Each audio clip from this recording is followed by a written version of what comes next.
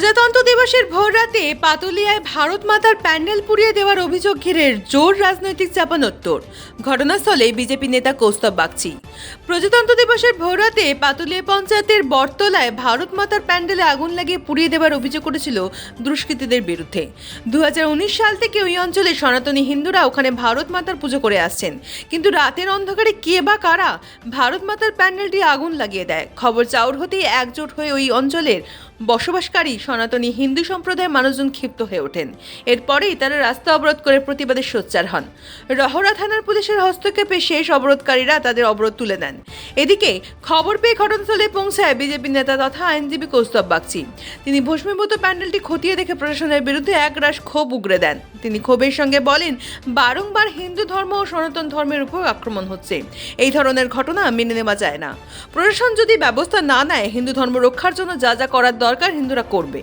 BJP নেতার হুঁশিয়ারি যে ধরনের ক্রিয়া হয়েছে তার সমান প্রতিক্রিয়াও হবে যদি প্রশাসন ব্যবস্থা না নেয়। পাশাপাশি খড়দহ ব্লক তৃণমূল কংগ্রেসের সভাপতি প্রসেনজিৎ সাহা বিষয়টি নিয়ে বলেন, বিষয়টি সঠিক নয়, প্রশাসন সজাগ আছে, আইন অনুযায়ী যা যা ব্যবস্থা নেবার প্রশাসন নেবে। তাই না, যাতে 70% ঐক্যবদ্ধ হয়ে গিয়ে বাকি 30% এখান থেকে সবাই তখন পালাতে হবে, তাদের লেজ গুটিয়ে পালাতে। আমরা এই পরিস্থিতি কেউ চাই না, কিন্তু বারংবার হিন্দু ধর্মের প্রতি আক্রমণ, সনাতন ধর্মের প্রতি আক্রমণ, এই জিহাদি শক্তিদের যারা বারবার যা হচ্ছে এবং প্রশাসনের যে সম্পূর্ণ নিষ্ক্রিয়তা আমরা লক্ষ্য করছি, এই জিনিস সহ্য করা যায় না।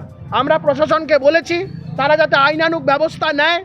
তারা যদি আইনানুগ ব্যবস্থা না নেয়, তাহলে সনাতনীরা তাদের নিজেদের ধর্ম রক্ষা করতে যা যা করার সনাতনীরা খুব ভালো করে জানেন যে নিজেদের ধর্ম কী করে রক্ষা করতে হয়।